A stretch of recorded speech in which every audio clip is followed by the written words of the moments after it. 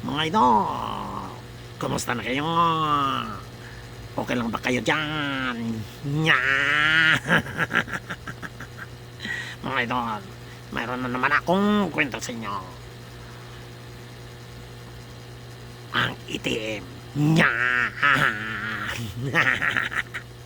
Alam nyo mga idol, kaming mga sundalo, pag kami galing sa trabaho at matagal hindi nang kauwi at uwi na kami, lalo na ang mga seaman, alam nyo mga tunog ng itim ng mga idol. Nya!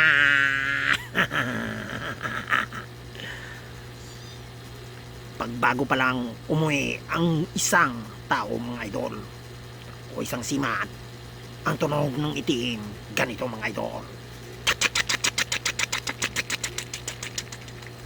Tsak! maraming laman mga idol. Nya!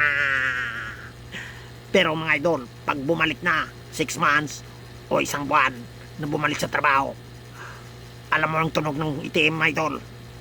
Tsak! Nya! Kasi mga idol, wala nang laman ang itim niya.